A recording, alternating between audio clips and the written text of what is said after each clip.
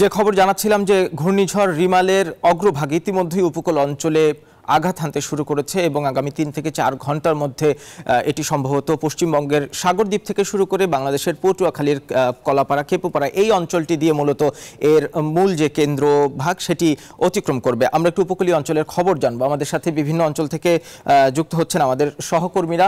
আমি দেখতে পাচ্ছি আমার সাথে সাতক্ষীরা থেকে সজল দাসের যুক্ত হওয়ার কথা রয়েছে, তার সাথে এখনো যুক্ত হতে পারিনি আমরা। তবে এর বাইরে আমাদের সাথে যুক্ত আছেন বরগুনায় আছেন সুমন শিকদার এবং পটুয়াখালীতে আছেন শিকদার জুবায়ের, চট্টগ্রাম থেকে শেখ জায়েদকে দেখতে পাচ্ছি এবং নোয়াখালীতে আকবর হোসেন সোহাগ। এছাড়া ঢাকা আবহাওয়া অফিস থেকেও আমরা সবশেষ তথ্য জানার চেষ্টা করব আমাদের সহকর্মী রিয়াদ সুমনের কাছ থেকে। আমি শুরুতে একটু যেতে চাই বরগুনায় আছেন সুমন শিকদার। সুমন, আপনি নিশ্চয়ই আমাকে শুনতে পাচ্ছেন? যদিও অন্ধকার হয়ে গেছে, আপনি কতটা স্পষ্ট দেখাতে পারবেন বুঝতে পারছি না। যেটি জানাচ্ছিলেন এর আগের সংবাদগুলোতেও যে অনেকগুলো বেড়িবাঁধ সংস্কার না করার ফলে এই রিমালের অগ্রভাগের প্রভাব শুরু হওয়ার আগে থেকেই নিম্নাঞ্চলগুলো প্লাবিত হতে শুরু করেছিল। এই মুহূর্তে কি অবস্থা? পানির উচ্চতা আরো কতখানি বাড়লো? সুমন।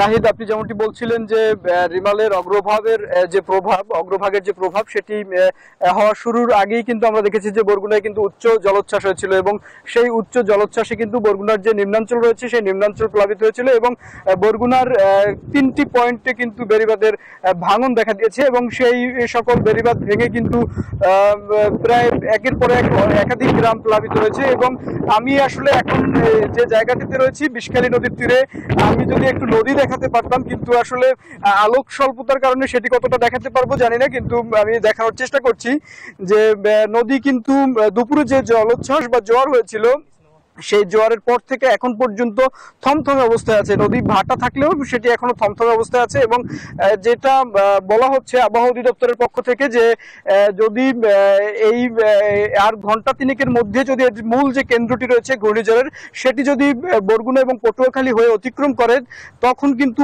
পুরো যে জোয়ারটা সেই জোয়ারটা থাকবে এবং এই আশঙ্কাটাই কিন্তু উপকূলবাসী করছে যে তখন কিন্তু যে বায়ুতরিতে জলোচ্ছ্বাস হওয়ার আশঙ্কা করেছে আবহাওয়া অধিদপ্তর যে 8 থেকে 15 ফুট পর্যন্ত বায়ুতাড়িত জলোচ্ছ্বাস হতে পারে।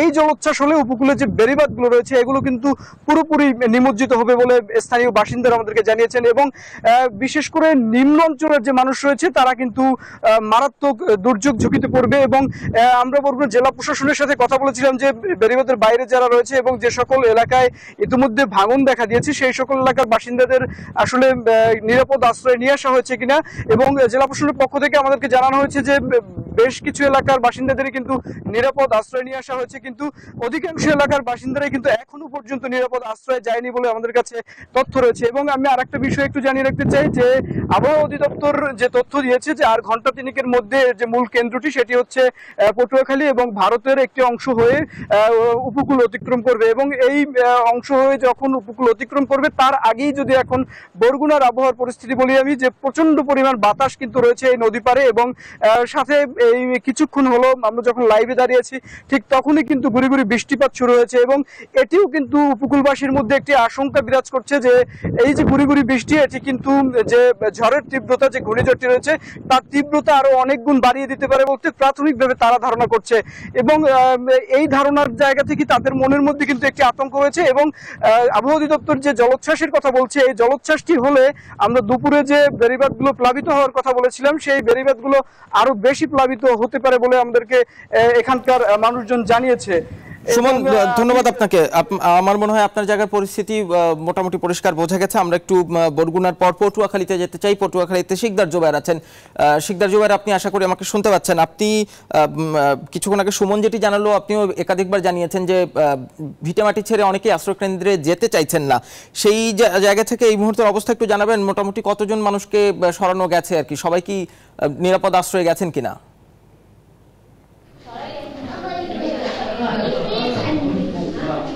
ধন্যবাদ। বিশেষ করে দুপুরে আশ্রয়কেন্দ্রে যেতে না চেলেও বিকেলে যখন টানা বৃষ্টি হচ্ছিল, ঝড়ো বাতাস ছাড়া শুরু করেছে এবং বিভিন্ন এলাকা প্লাবিত হয়েছে, তখন কিন্তু মানুষ আশ্রয়কেন্দ্রমুখী হওয়া শুরু করেছে। আপনি দেখছেন এই মুহূর্তে কিন্তু এই রাঙ্গাবালী উপজেলা সদরের একটি আশ্রয়কেন্দ্র, সেখানে কিন্তু অনেক মানুষ রয়েছে। কলাপাড়া, খেপুপাড়ার এবং রাঙ্গাবালী উপজেলার এই দুইটি উপজেলার বেশিরভাগ আশ্রয়কেন্দ্রে কিন্তু এই মুহূর্তে মানুষ রয়েছে, আসতে শুরু করেছে। বিশেষ করে চরমন্তাজ ইউনিয়ন, সেই ইউনিয়নে এই মুহূর্তে যে আশ্রয়কেন্দ্রগুলো রয়েছে প্রায় 3000-এর মতো মানুষ আশ্রয় নিয়েছে। কলাপাড়া, খেপুপাড়া নামে যে এলাকাটি পরিচিত, সেখানে 6000 মানুষ আশ্রয় নিয়েছে বলে কলাপাড়া উপজেলা নির্বাহী কর্মকর্তা রবিউল হাসান আমাদের জানিয়েছেন। রাঙ্গাবালী উপজেলা নির্বাহী কর্মকর্তা জানিয়েছেন যে 6টি ইউনিয়ন রয়েছে রাঙ্গাবালী উপজেলায়। 6 ইউনিয়নের যে আশ্রয়কেন্দ্রগুলো রয়েছে তাতে প্রায় 5000-এরও বেশি মানুষ আশ্রয়কেন্দ্রে আশ্রয় নিয়েছে। পটুয়াখালী জেলায় 703টি ঘূর্ণিঝড় আশ্রয়কেন্দ্র প্রস্তুত রয়েছে। সেই আশ্রয়কেন্দ্রগুলোতে সন্ধ্যার পরেই মানুষ আসতে শুরু করেছে। বিশেষ করে বাইরে যখন জড়ো হওয়াটা বাড়তে শুরু করেছে, অর্থাৎ ঘূর্ণিঝড়টা যখন খুব নিকটে চলে এসেছে, আগামী 3 থেকে 4 ঘন্টা পরে আঘাত হানার কথা রয়েছে, এজন্য এই আতঙ্কটা কিন্তু ইতোমধ্যে উপকূলে ছড়িয়ে পড়েছে। এর আগে যে ঘূর্ণিঝড়গুলো হয়েছে, সিডর, আয়লা, মহসিন সহ প্রত্যেকটি ঘূর্ণিঝড়ে কিন্তু এই পটুয়াখালীর উপকূলে তাণ্ডব চালিয়েছিল, যার কারণে এলাকার মানুষের মনে একটা ভয় অবশ্যই রয়েছে। বিশেষ করে সিডোরে যেই বেড়িবাঁধগুলো বিধ্বস্ত হয়েছিল, সেই বেড়িবাঁধগুলো এখনো পর্যন্ত স্থায়ীভাবে সংস্কার করা হয়নি, যার কারণে ওই বেড়িবাঁধ এলাকার মানুষ যখনই পানি আসে তখন কিন্তু তারা প্লাবিত হয়ে থাকে। এই এলাকার মানুষের এখন দাবি উঠেছে যে বিধ্বস্ত বেড়িবাঁধগুলোকে এবং যে সকল এলাকায় বেড়িবাঁধ নেই সে সকল এলাকায় বেড়িবাঁধ গড়ে ওঠার জন্য তারা দাবি জানিয়েছেন। এবং আজ যে প্লাবিত হয়েছে তাতে কিন্তু প্রায় পটুয়াখালী জেলার 8টি দ্বীপের মানুষ প্লাবিত হয়েছে। ওই 8টি দ্বীপের কয়েকটা দ্বীপে বেড়িবাঁধ নেই, আবার কয়েকটা দ্বীপ বেড়িবাঁধ ভেঙে গেছে, যার কারণে প্লাবিত হয়েছে। নতুন করে চরমন্তাজ ইউনিয়নে একটি বেড়িবাঁধ ভেঙেছে জোয়ারের পানির তাণ্ডবে, এবং চালিতাবনী ইউনিয়ন কিন্তু সম্পূর্ণ বেড়িবাঁধবিহীন এলাকা। অর্থাৎ সব মিলিয়ে পটুয়াখালী জেলাটাই একটি উপকূলীয় এলাকা। আজ যে তাণ্ডব চালানোর কথা খেপুপাড়া উপজেলার উপরে, সেই খেপুপাড়ার মানুষ কিন্তু এখন খুবই আতঙ্কের মধ্যে রয়েছে। উপজেলা নির্বাহী কর্মকর্তা সহ ইউনিয়ন পরিষদের চেয়ারম্যানরা মাঠে কাজ করছে। আর এই কলাপাড়া, খেপুপাড়া এবং রাঙ্গাবালী উপজেলা নিয়ে পটুয়াখালী 4 আসন, এখানকার সংসদ সদস্য, দুর্যোগ ব্যবস্থাপনা ও ত্রাণ মন্ত্রণালয়ের প্রতিমন্ত্রী, তিনি নির্দেশনা দিয়েছেন যে এলাকার মানুষ যাতে কোনো ক্ষতিগ্রস্ত না হয়, সেজন্য আগেই এলাকার মানুষকে আশ্রয় কেন্দ্রে নিয়ে আসার জন্য 2 উপজেলা নির্বাহী কর্মকর্তার জানানো কথা অনুযায়ী আমরা বুঝতে পেরেছি অন্তত 14। শিকদার জুবাইর, ধন্যবাদ। পটুয়াখালীর অবস্থাও বোঝা যাচ্ছে বরগুনার মতোই, বেশ কিছু নিম্নাঞ্চল প্লাবিত হয়েছে। তবে যেটি ভালো খবর, অনেক মানুষ দুপুরের তুলনায়, বিকেলের তুলনায় আশ্রয়কেন্দ্রে গেছেন। আমরা এই মুহূর্তে একটু যেতে চাই সজল দাসের সাথে, আমাদের সাথে যুক্ত আছেন সাতক্ষীরা থেকে। সজল, গুড়ি গুড়ি বৃষ্টি পড়ছে বোঝা যাচ্ছে আপনার ওখানে, এবং বেশ বাতাসও আছে। আপনি আশ্রয়কেন্দ্রের যাওয়ার কথা বলছিলেন যে অনেককেই বোঝানো যাচ্ছে না, যেটি সবচেয়ে বড় চ্যালেঞ্জ হয়ে যায় সব ঘূর্ণিঝড়ের প্রস্তুতির বেলায়। সন্ধ্যা পর্যন্ত এরই মধ্যে তো অগ্রভাগ আঘাত হানতে শুরু করেছে, কি অবস্থা?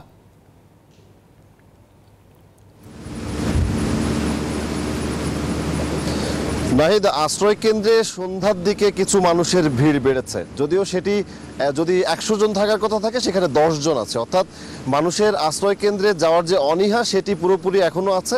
কিন্তু স্থানীয় যে জনপ্রতিনিধিরা রয়েছেন, বিশেষ করে 2জন চেয়ারম্যানের সঙ্গে আমার কথা হচ্ছিল, কিংবা ইউপি মেম্বারের সঙ্গে কথা হয়েছে একজন, তারা প্রত্যেকেই বিভিন্ন এলাকায় গিয়ে ঘোষণা দিয়ে, মাইকিং করে সাধারণ মানুষকে নানানভাবে উৎসাহ দিয়ে, নানানভাবে তাদেরকে আশ্বস্ত করে আশ্রয় কেন্দ্রে আনার চেষ্টা করেছেন। এবং এর ভিত্তিতে কিছু মানুষকে আমি দেখেছি আশ্রয় কেন্দ্রে আসতে। এবং আমি যেখানে রয়েছে এই মুহূর্তে, এই শ্যামনগরের যে উপকূলবর্তী এলাকা, এর আশেপাশে আমার ঠিক পাশেই 4টি আশ্রয় কেন্দ্রতে গিয়েছিলাম আমি, এবং প্রত্যেকটিতে দেখেছি একটি আশ্রয় কেন্দ্রে মানুষের উপস্থিতি বেশ উল্লেখযোগ্য, এবং বাকি 3টিতে উপস্থিতি তেমন না। মানুষ আসলে যে অনীহার জায়গা, বিশেষ করে রাতের বেলায় একটা নিরাপত্তাহীনতা যেমন আছে মানুষের, যেহেতু ঘূর্ণিঝড়ের প্রভাব রাতে খুব বড় আকারে থাকবে, সেই কারণে মানুষের আশ্রয় কেন্দ্রে যাওয়াটা রাতে অনেক বেশি গুরুত্বপূর্ণ, কারণ রাতে সাহায্য পৌঁছানোটাও খুব কঠিন হয়ে পড়ে। আর এই কারণেই আসলে জনপ্রতিনিধিরা কিংবা সাধারণ যারা স্থানীয় স্বেচ্ছাসেবক রয়েছেন এবং প্রশাসনের যারা রয়েছেন, তারা প্রত্যেকেই চেষ্টা করেছেন যতটা সম্ভব মানুষকে আশ্রয় কেন্দ্রে আনার ব্যাপারে উৎসাহিত করার বিষয়টি নিয়ে। কিন্তু মানুষের কাছ থেকে সাড়া আসলে পুরোপুরি মিলছে না বলে আমার কাছে এখন পর্যন্ত এই আশপাশের 4 থেকে 5টি কেন্দ্র ঘুরে আমার কাছে মনে হয়েছে। এর বাইরে আমাদের যিনি সহকর্মী রয়েছেন মনির, সাতক্ষীরায় কাজ করেন, তার মারফত আমি এই আশপাশের অন্তত 20টি কেন্দ্রের খোঁজ পেয়েছি। প্রত্যেকটি জায়গাতেই আসলে মানুষ আশ্রয় কেন্দ্রমুখী হতে চাচ্ছেন না খুব একটা, কারণ তারা তাদের যে সাংসারিক। সজল, একটা বিষয় একটু বলবেন, আমি কিছুক্ষণ আগে সামাজিক যোগাযোগ মাধ্যমে দেখছিলাম যে সুন্দরবনের করমজল কিংবা খোলপেটুয়া পরশুর নদী সেগুলোর পানির উচ্চতা অনেকখানি বেড়েছে এবং সেই নদী সংশ্লিষ্ট যে সুন্দরবনের খালগুলো সেগুলোর পানির উচ্চতার কি অবস্থা, মানে প্লাবিত হওয়ার শঙ্কা আছে কিনা কোনো?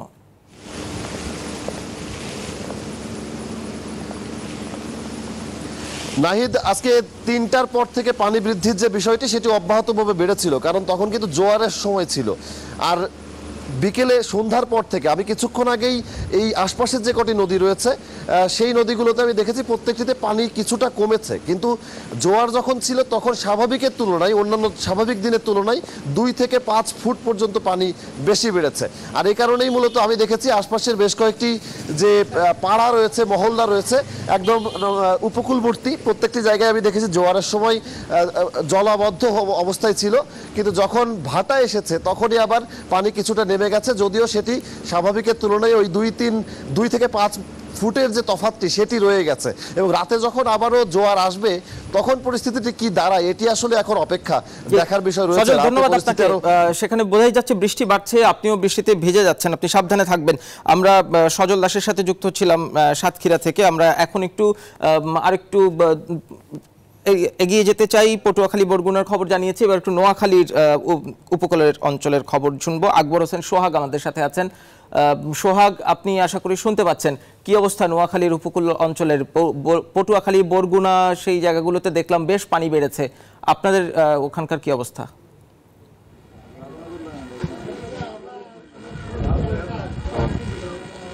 ধন্যবাদ নাহিদ। আসলে আমার সহকর্মীরা যেভাবে জানিয়েছেন, আসলে নোয়াখালী উপকূলীয় হাতিয়া, নিজুমদ্বীপ এবং সুবর্ণচর এবং বয়াসর, চেয়ারমাঘাট এই সকল এলাকার মানুষ আসলে চরাঞ্চল মানুষ আসলে তারা প্রতিনিয়তই আসলে প্রাকৃতিক যুদ্ধ করে তারা বসবাস করছেন। তারা প্রতি বছর এবং বিভিন্ন সময় তারা আসলে বন্যা, জলোচ্ছ্বাস তারা দেখতে দেখতে আসলে তারা এখানে বসবাস করছেন।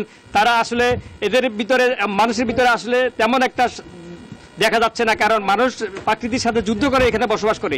আমরা বিভিন্ন অঞ্চল এবং বিভিন্ন আশ্রয় কেন্দ্র ঘুরে দেখেছি যে আসলে এখনো পর্যন্ত মানুষের ভিতরে আশ্রয় কেন্দ্রে যাওয়া তাদেরকে তেমন ইচ্ছা নাই, কারণ তারা গরু, ছাগল, মহিষ তাদের সহায় সম্পত্তিগুলা পেলে তারা আশ্রয় কেন্দ্রে যাচ্ছেন না। তারা শেষ সময় পর্যন্ত দেখবেন। আমরা অনেকের সাথে কথা বলছি, এখানে স্থানীয় ব্যবসায়ীদের সাথে, স্থানীয় এলাকাবাসী, তারা জানিয়েছেন যে এখানে রাত 11টা থেকে 12টার মধ্যে একটা অতিরিক্ত জোয়ার আসবে এবং পানির ভয়াবহ আসবে। এই ভয়াবহতার কারণে তারা অনেকটা আতঙ্কিত আছেন। তবে হয়তো 12টার পর হয়তো আশ্রয় কেন্দ্রে তারা যাওয়ার জন্য অনেকে পরিকল্পনা নিয়েছেন। তবে প্রশাসনের পক্ষ থেকে বলা হয়েছে এবং জনপ্রতিনিধিদেরকে জানানো হয়েছে যে তাদেরকে জোর চেষ্টা চালিয়ে যাওয়া হচ্ছে যে তাদেরকে আশ্রয় কেন্দ্রে নেওয়ার জন্য, কিন্তু তারা এখন পর্যন্ত আশ্রয় কেন্দ্রে আসলে যেতে এখন ইচ্ছুক নয়। কিন্তু তারা তাদের নিজস্ব বাড়ি করে গরু, ছাগল সহ তাদের ছেলে। আপনার নোয়াখালীতে বোধহয় এখনো সেই রকম শঙ্কাজনক অবস্থায় যায়নি। আপনাকে ধন্যবাদ আমাদের সাথে যুক্ত হওয়ার জন্য। আমরা এবার একটু চট্টগ্রামে চলে যেতে চাই। সরাসরি শেখ জায়েদ আছেন। শেখ জায়েদ, পতেঙ্গায় ছিলেন আপনি এর আগের সংবাদেও, এখনো পতেঙ্গায় আছেন কিনা এবং সাগর বেশ উত্তাল দেখেছিলাম দিনের আলোতে, এখনকার অবস্থা কি?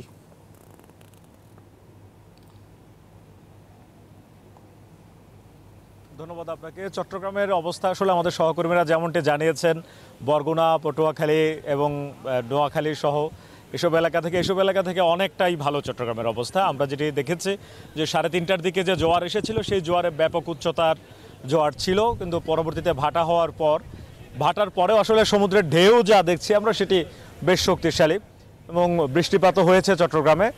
কিছুক্ষণ আগেও আবার বৃষ্টি শুরু হয়েছিল, এখন আবার থেমে গেছে, কিন্তু এখন বাতাস আছে। সমুদ্রে ভাটার মধ্যেও কিন্তু বেশ ঢেউ আছে। তবে যেটি বলতে চাই, চট্টগ্রাম বন্দরের জাহাজগুলো কিন্তু সব নিরাপদে সরিয়ে নেওয়া হয়েছে। বন্দর থেকে বহির্নোঙরে রাখা হয়েছে জাহাজ এবং অন্যান্য নিরাপদ স্থানে রাখা হয়েছে। বন্দরে জাহাজ নেই। বন্দরের যে ইকুইপমেন্টগুলো আছে সেগুলো তারা ভালোভাবে সংরক্ষণ করে রেখেছেন, নিরাপদে রেখেছেন যেন কোনো ধরনের ক্ষয়ক্ষতি না হয়। প্রথমবারের মতো বন্ধ করা হয়েছে বঙ্গবন্ধু শেখ মুজিবুর রহমান টানেল। এটি আজকে সন্ধ্যা 6টা থেকে আগামীকাল ভোর 6টা পর্যন্ত বন্ধ থাকবে এই ঘূর্ণিঝড়ের কারণে। এটি হচ্ছে একটি খবর। আরেকটি বিষয় যেটি বলতে পারি, এখন পর্যন্ত চট্টগ্রামে আমরা কোনো ধরনের ক্ষয়ক্ষতির খবর পাইনি। শহরে 81টি আশ্রয় কেন্দ্র করা হয়েছে, কোনো আশ্রয় কেন্দ্রে এখন পর্যন্ত কেউ গেছেন এমন কোনো খবর আমরা পাইনি। অর্থাৎ সবাই যার যার জায়গায় আছেন এবং টানা কোনো বৃষ্টিপাতের ঘটনাও ঘটেনি, যেহেতু অল্প অল্প করে বৃষ্টিপাত হয়েছে। সুতরাং এই অবস্থা যদি চট্টগ্রামে মানে অন্যান্য উপকূল অঞ্চলের যে অবস্থা, তাতে চট্টগ্রাম এখনো পর্যন্ত যে অবস্থায় আছে, হয়তো ঝড় আরো বেশি অগ্রগামী হলে চট্টগ্রামের অবস্থা খানিকটা শঙ্কাজনক হবে। আপনাকে ধন্যবাদ যুক্ত হওয়ার জন্য। আমরা একটু আমাদের শেষ সহকর্মী এই আয়োজনের আমাদের সাথে আছেন রিয়াদ সুমন, ঢাকা আগারগাঁও আবহাওয়া অধিদপ্তরে। সুমন, আপনি শুনতে পাচ্ছেন আমাকে? আমি কিছুক্ষণ আগে সংবাদে পড়ছিলাম উপকূল থেকে 1.5 থেকে 200 কিলোমিটার দূরে আছে এই ঘূর্ণিঝড় রিমালের কেন্দ্রবিন্দু। এই মুহূর্তের আপডেটটা জানতে চাই। নিশ্চয়ই আবহাওয়া অফিস থেকে আপনাদেরকে প্রতিনিয়ত লাইভ স্যাটেলাইট আপডেটে সেই তথ্য জানানো হয়েছে, সেগুলো একটু জানাবেন আমাদের।